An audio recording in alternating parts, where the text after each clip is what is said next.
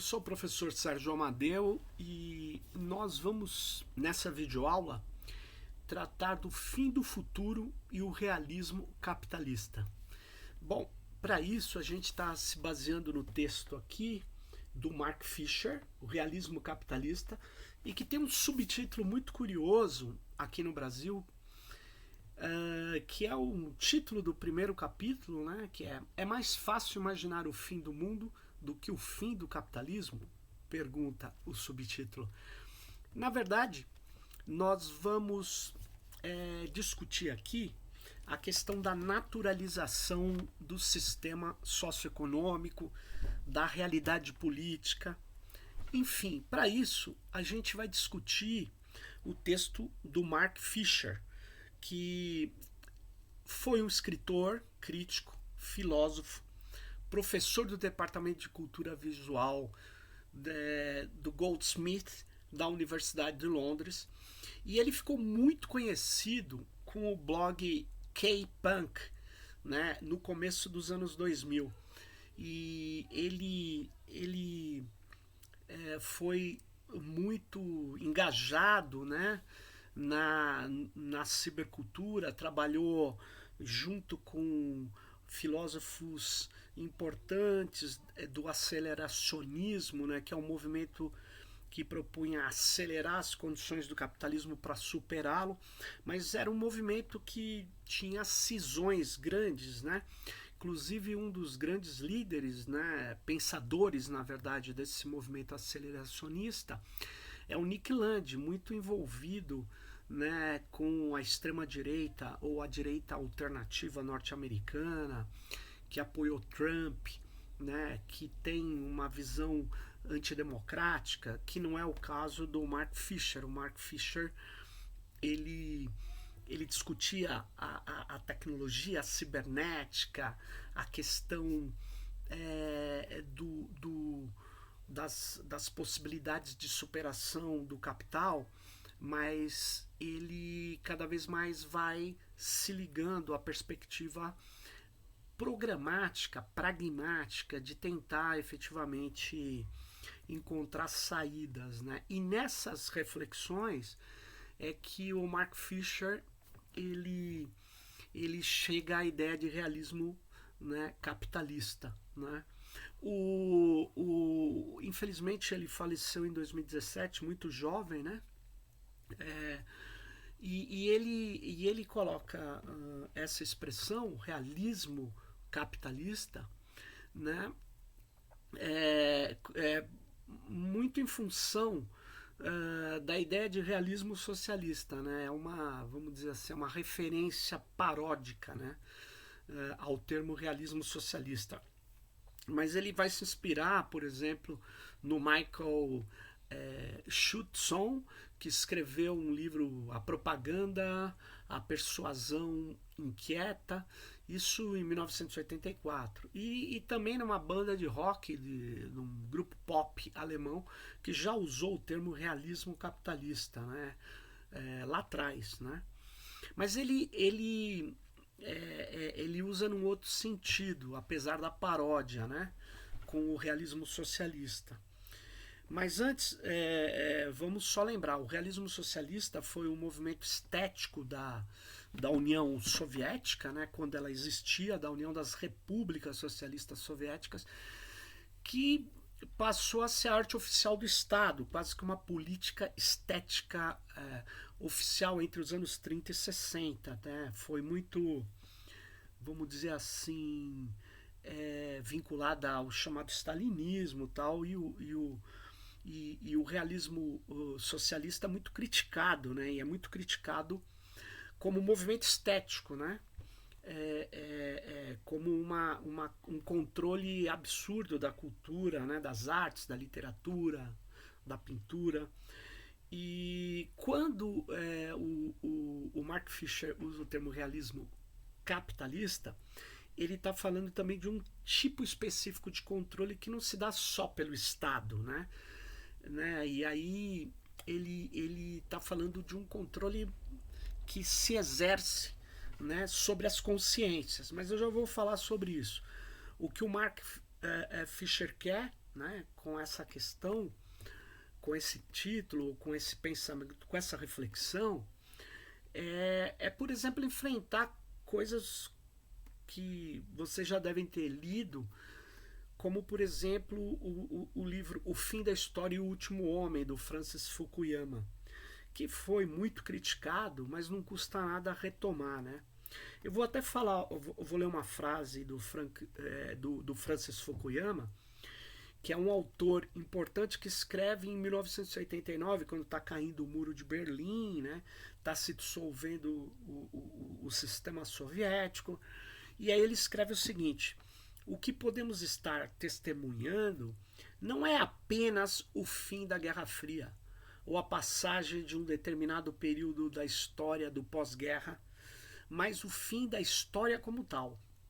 Isto é, o ponto final da evolução ideológica da humanidade e a universalização do liberal ocidental, da democracia liberal ocidental, como forma final do governo dos homens, ou governo humano.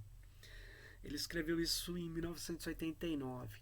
E aí ele depois, de um artigo no jornal que criou uma grande polêmica, ele escreve esse livro, que na verdade é uma complementação do artigo do jornal, onde ele diz: olha, a história acabou. Mas que tipo de história? A história das ideologias, não a sucessão de fatos que vai acontecer, a história das famílias, né? Não era isso que ele estava falando, que o tempo congelou, né? Não, ele está dizendo que nada será possível após a criação no Ocidente do chamado liberalismo democrático. Você não vai conseguir superar essa forma de organização.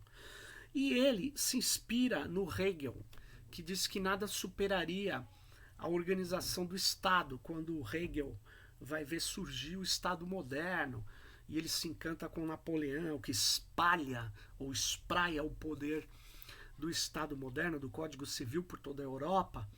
E ele apenas segue muito a lógica filosófica, dialética, vamos chamar assim, idealista do Hegel. Ele aplica ali, naquele momento histórico, né, em 1989, quando começa a se abalar e posteriormente se encerra a chamada União das Repúblicas Socialistas Soviéticas, que culmina também com o fim da Guerra Fria. Vocês devem se lembrar que a Guerra Fria foi um confronto não quente, portanto frio, ou seja, um confronto que poderia virar quente, ou seja, uma guerra entre dois sistemas que tinham dois comandos, né? A União Soviética, que era comandada pela Rússia, e os Estados Unidos da América do Norte, que comandavam, vamos chamar assim, o mundo ocidental capitalista, né? Esse embate, a Guerra Fria termina com a dissolução da União Soviética e com o clamor de que o capitalismo venceu e que, portanto, não haveria mais nada que pudesse superá-lo. Então a obra do Francis Fukuyama, ela é um pouco esse tipo de perspectiva, né? De perspectiva de, vamos dizer assim, de que o capitalismo é o suprassumo da humanidade, né? Então, nesse sentido, é que vamos dizer assim, o Mark Fisher, ele quer refletir, né? Ele quer pensar, né? Não no vamos dizer assim, na possibilidade de uma mera melhoria do capitalismo. Ele está pensando assim: bom, será que é possível a gente superar efetivamente esse sistema socioeconômico baseado no lucro, na exploração do trabalho e na profunda concentração de riqueza e poder? Será que é possível isso? E o Fisher, então, ele está dizendo: olha,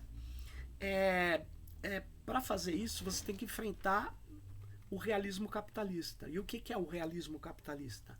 Né? Ele diz respeito a uma atmosfera penetrante que condiciona não apenas a produção da cultura, mas também a regulação do trabalho e da educação, agindo como uma espécie de barreira invisível que limita o pensamento e a ação. Então, o Mark Fisher ele trabalha com a ideia de que o capitalismo conseguiu produzir, né, uma colonização não só da consciência, mas também do inconsciente. E isso bloqueia o futuro. Então ele propõe reabrir o futuro. Para isso que ele diz, olha, parafraseando o filósofo Immanuel Kant, né, ele diz que o Slavoj Zizek o despertou de um sono pós-político. O que ele quer dizer com isso? Porque ele quer dizer que ele que estava ali perdido, ele falou, bom, nós temos que pensar, né, contra essa ideia de que a história acabou ou que o capitalismo é algo natural, e que, portanto, ele é a própria natureza humana e ele sempre vai existir. Ele também é influenciado, o Mark Fisher, pelo Alain Badiou, né? E ele está querendo efetivamente conter esses efeitos ou denunciar esses efeitos deletérios, né, do capitalismo neoliberal e quando ele utiliza o Zizek, ele está trazendo também a dimensão da análise das mentalidades, da ideologia, da psicanálise, né? E ele vê até mesmo que o neoliberalismo, ele, com essa competitividade absurda, com esse nível de produtividade sem direitos, com essa degradação humana, com a ideia que o ethos, tudo vale pela concorrência, o feio é não vencer, enfim, ele mostra que você vai tendo um crescimento do sofrimento psíquico, né? E esse sofrimento psíquico que a gente pode notar em todos os países, mas você pode notar mesmo no Brasil, né, com o crescimento do uso de a adoção de remédios tarja preta, de remédios psiquiátricos, né? De repente, grande parte dos jovens estão adoecendo, né? E isso é falado, ó, você está adoecendo porque você é fraco, isso é apontado como um problema individual. E o Mark Fisher fala, não, isso não é um problema individual, não adianta privatizar o sofrimento psíquico, porque a origem dele é uma origem social, é uma origem nesse sistema e nessa lógica, né, que foi naturalizada. Então, ele quer mostrar esse mal-estar que a gente está vivendo com o fim da história, né, pelo encurtamento da imaginação cultural, do horizonte político das expectativas, do futuro que não se pode mais pensar, né? Então ele está com essa expressão realismo capitalista, ele está querendo atacar, né, essa colonização do pensamento, da imaginação e do inconsciente de todos, que é feito pelo capitalismo neoliberal, né? E o Mark Fisher, junto com o Jeremy Gilbert, que é um professor de teoria cultural e política da Universidade de East London, ele também é DJ, é membro ou colaborador do Partido Trabalhista, dessa nova esquerda do Partido Trabalhista, né? Ele com o Mark Fisher, junto com o Jeremy Gilbert, eles se esforçaram para pensar uma esquerda eficaz em condições pós-fordistas, porque eles pensam que foi aí que a esquerda se atrapalhou. O Fisher, na época da Margaret Thatcher, era muito jovem, mas ele está ali vendo, né, a destruição dos sindicatos, que foi a primeira fase da gestão da Thatcher. Primeiro destruir com polícia, com ações legais, jurídicas, a organização dos trabalhadores. E depois, né, destruir os direitos. Por quê? Porque era muito difícil destruir os direitos sem destruir a organização trabalhista. Os sindicatos ingleses eram muito fortes, né? Então, o que acaba acontecendo é que o Fischer está vendo ali nas regiões operárias aquela ação contundente, e ele está vendo a esquerda trabalhista clamar por algo que era já visto como burocrático, como equivocado, como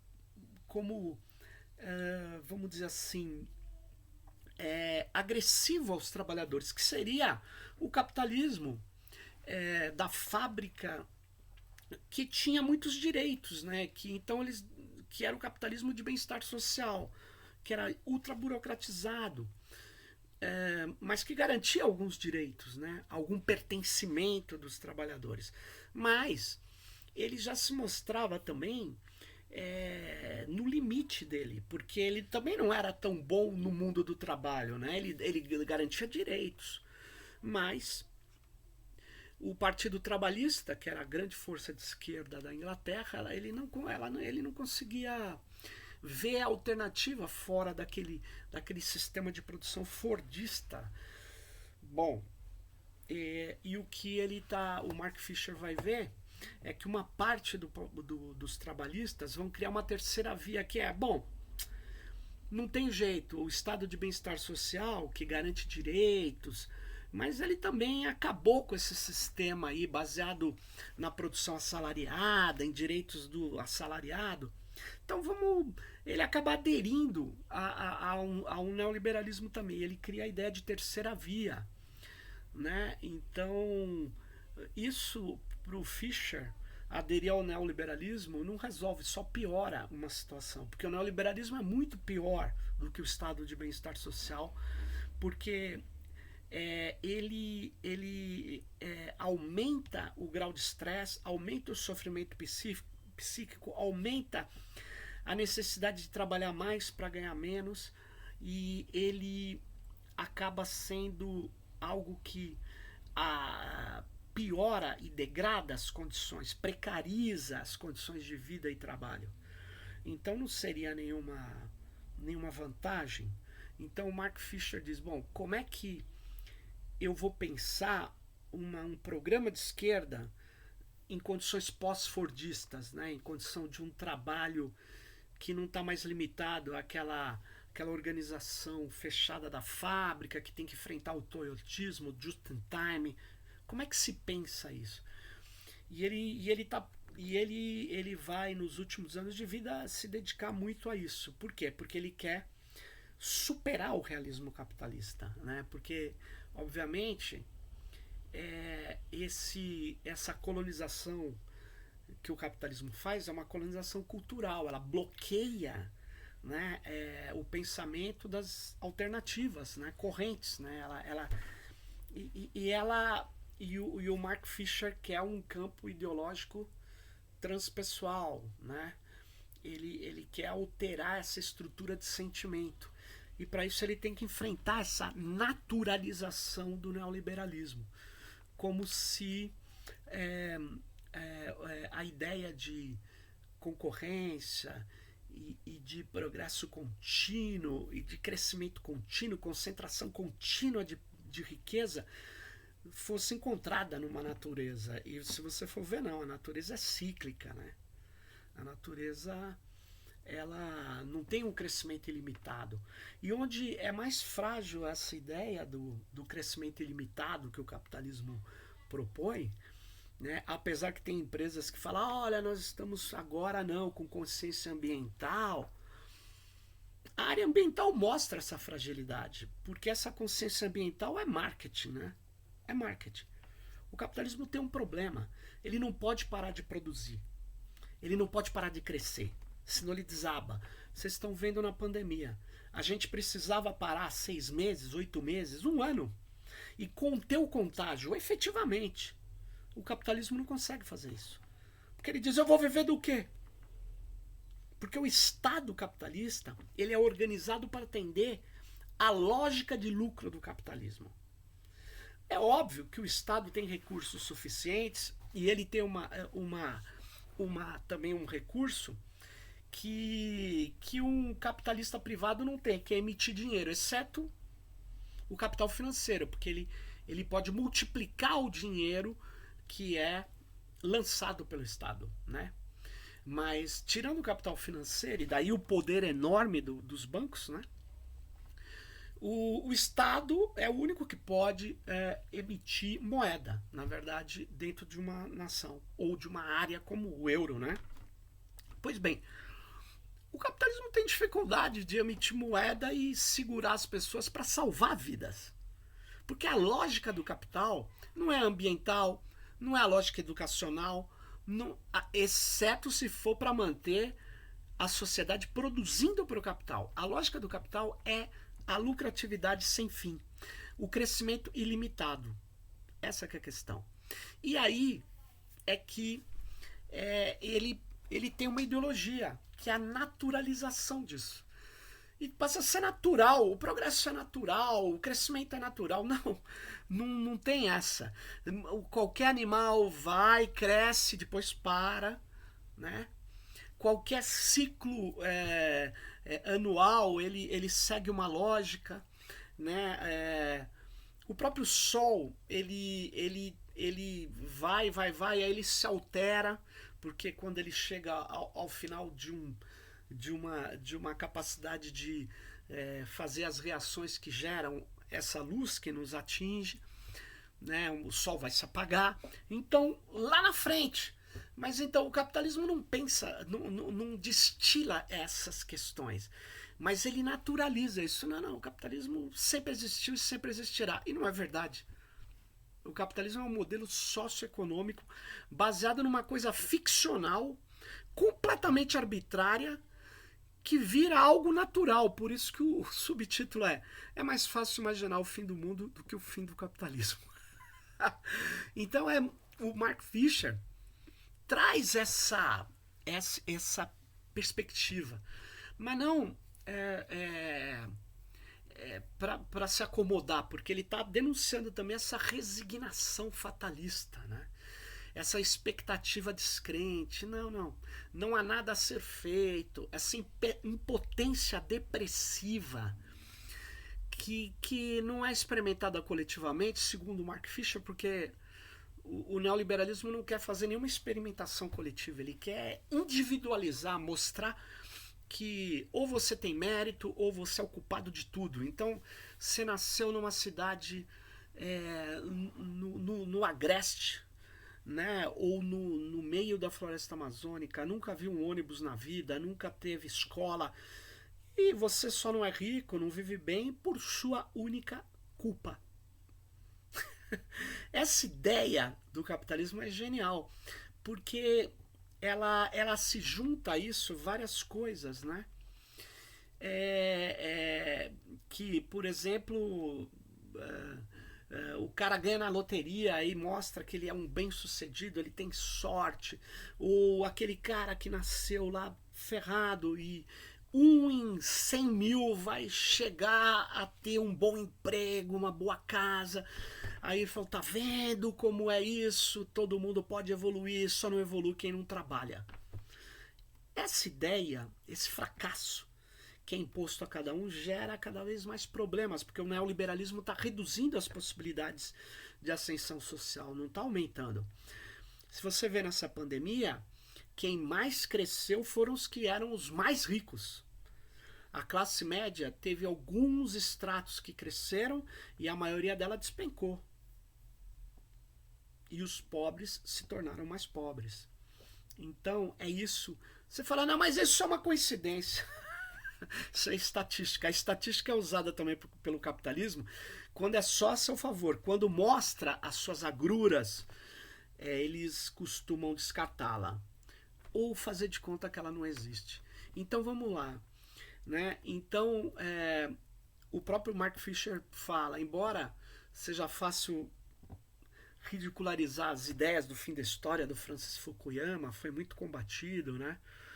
E aí aconteceu o ataque às 2 torres, o islamismo crescente, etc. O que acaba gerando é que o Mark Fisher fala, mas no fundo parece que hoje somos todos fukuyamistas, né? Porque a gente não consegue ver um outro tipo de futuro, não consegue ver uma utopia.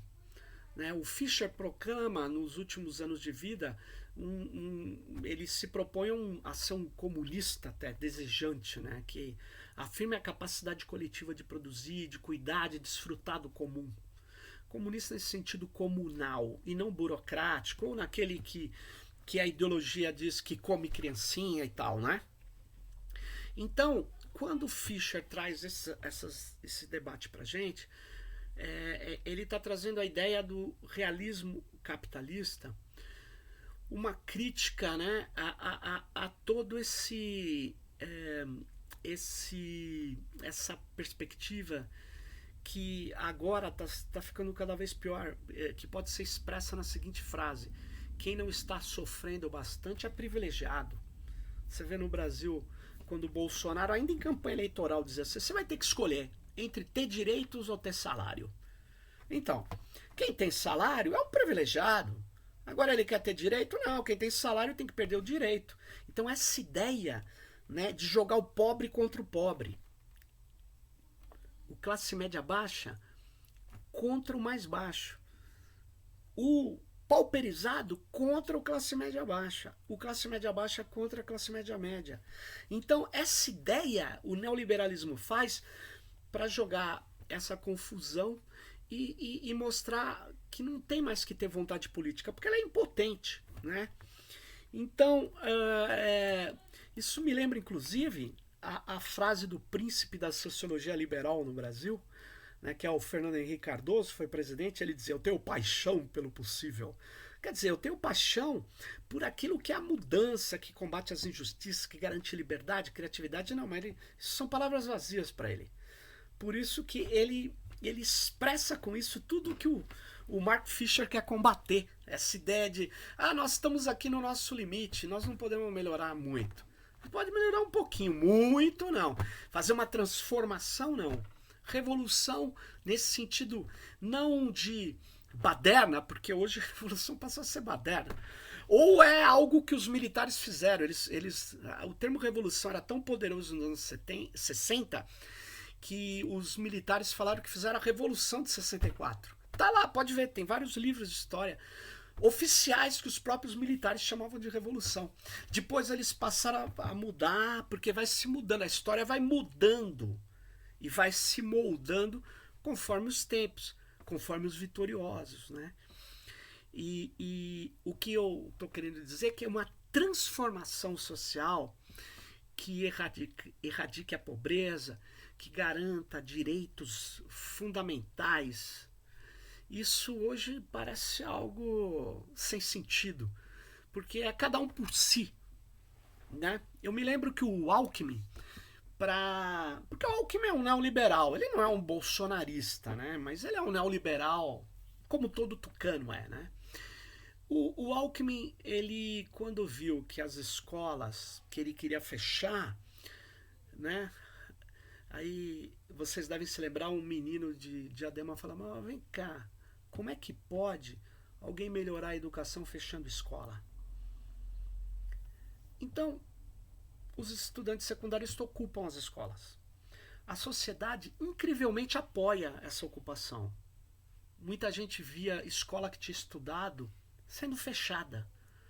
Por quê? Porque ela tem que funcionar só em superlotação. Se ela funciona com metade dos alunos, que seria a sua lotação máxima, ela não poderia funcionar.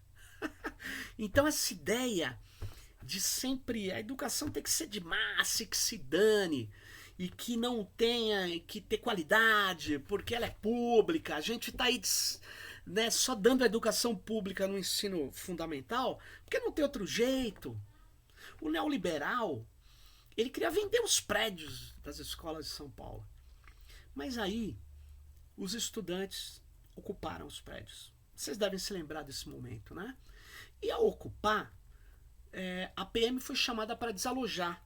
E aí um juiz, olha só, que não era o Sérgio Moro, obviamente, porque esse Esse nunca faria isso. Porque, bom, primeiro é juiz federal, mas um juiz da Justiça Estadual de São Paulo, ele diz, não, você não pode pôr a PM para tratar com menores de idade. Bom, enfim, e isso atrapalhou muito e os estudantes conseguiram uma grande vitória naquele momento. E aí depois vazou os áudios da Secretaria de Educação falando de tramóias, etc. Mas não vem ao caso esse detalhe, mas eu só quero lembrar que o Alckmin nomeia um ex-presidente do Tribunal de Justiça de São Paulo como secretário de Educação. E esse cara aparece, né, fica lá um tempo, alguns dias e já mete um artigo na Folha de São Paulo, ou no Estadão, agora não me lembro, onde ele dizia, a educação, o papel da educação é das famílias, não é do Estado. Então, essa ideia é uma ideia que está lá atrás nos neoliberais, que está no Hayek já, né? Que esse lance de sociedade-estado, isso é uma atrapalhação. O importante é o mercado e os consumidores, mas os consumidores agregados em família, porque o mercado, se não tem a família, não tem valores, etc. Então tem que ter a família. A família é quem consome o que o mercado produz, né? A família é quem também dá mão de obra para o mercado. Então essa ideia, quem tem que cuidar de cada um é a família. Está no texto da Margaret Thatcher, né? Quando ela diz, a sociedade não existe, o que existe é o mercado e as famílias. E cuidar de cada um é um problema de cada um, né? Então é completamente oposto da ideia de coletivo, de comunidade, de cuidados sociais, cuidados comunais, cuidados que nós temos que ter pelo próximo, né? E que uma sociedade forte é uma sociedade de cuidados. O neoliberal fala, cada um cuida de si. Bom, voltando à questão, é que ele diz, portanto, que essa ideia, né, do realismo capitalista, ela se ancora também, né, no que o neoliberalismo conseguiu fazer, que é impregnar, um outro termo que ele usa, toda a sociedade de uma ontologia empresarial, né? A finalidade do ser é a empresa, né? A infraestrutura psíquica coletiva deve nos conduzir, né, para a formação de empresas. Nada é mais importante que as empresas. Tudo deve ser feito pelas empresas. E aí, obviamente, né, só não deve se incomodar as empresas com o fracasso de todos os indivíduos. Esses que ganham pouco, esses precarizados, esses que têm que trabalhar uberizados, trabalhar muito, muito e ganhar cada vez menos.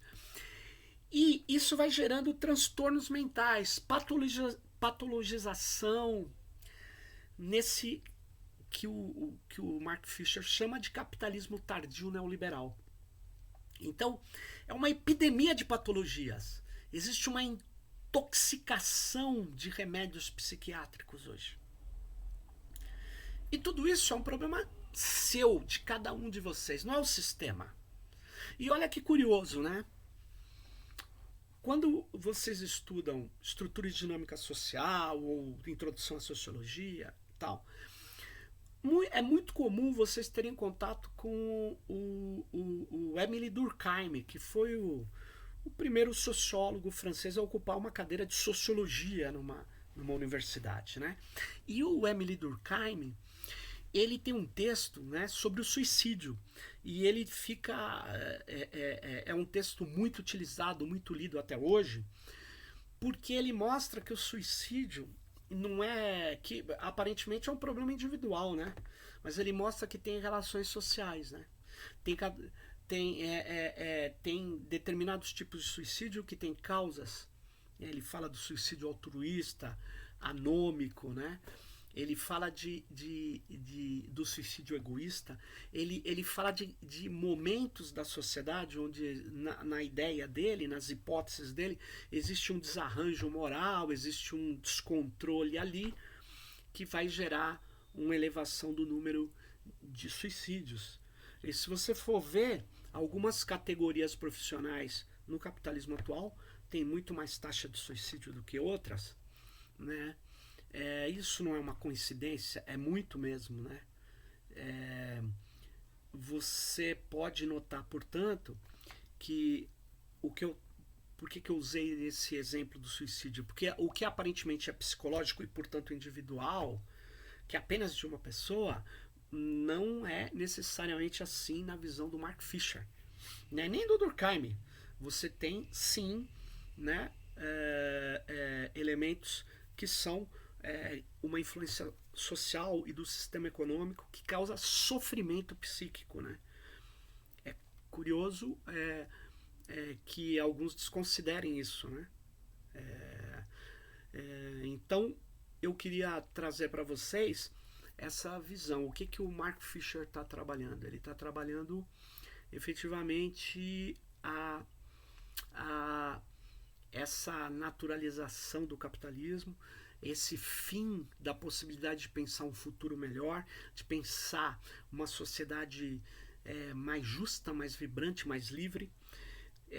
Ele diz que isso se chama realismo capitalista. E aonde que o realismo capitalista pode ser denunciado, né? Essa que é a questão, né? Ou pode ser superado, né? Não é por um apelo só de denúncias, é mostrando aonde o real fracassa. Na questão ambiental, ele fracassa, e na ideia de que, não, nós somos empreendedores no mundo do trabalho. A burocracia atrapalha, acabou a burocracia. Você é o senhor de si mesmo, é o funcionário da única empresa que você é o patrão. Ou seja, você perdeu todos os direitos, mas você tem uma vantagem, você trabalha na hora que quer. Tudo bem que são 7 dias por semana agora que você tem que trabalhar, mas você trabalha na hora que quer. Você pode, ao invés de sair às 6 da manhã, sair às 7. Se você não quiser isso, você não ganha dinheiro, mas tudo bem, isso é outro problema. Então, o que o Mark Fisher mostra é que a burocratização ela vai para outros tipos de controles mais ferozes, né? Quem trabalha com Uber Eats, quem trabalha com RAF e tal, tem os controles que não são burocráticos, são algorítmicos, né? Mas que são muito mais métricos, muito mais capazes de falar onde ele está, o que ele está fazendo, qual a eficiência dele. Portanto, é um taylorismo metrificado, ultra exagerado. Então vamos lá. O que ele mostra é o seguinte: é preciso oferecer resistências a isso e voltar a sonhar, voltar a pensar um outro tipo de sociedade de futuro. Então eu queria trazer essas questões para vocês, né? E quando você pegar o texto, né? Eu peguei só 2 capítulos desse livro do Mark Fisher, né? O Realismo Capitalista, e você abre o PDF e dá uma invertida assim, porque ele está escaneado de uma forma, vamos dizer assim, na vertical, ele tem que ficar na horizontal. Mas isso é um detalhe. Até a próxima. Um abraço para vocês.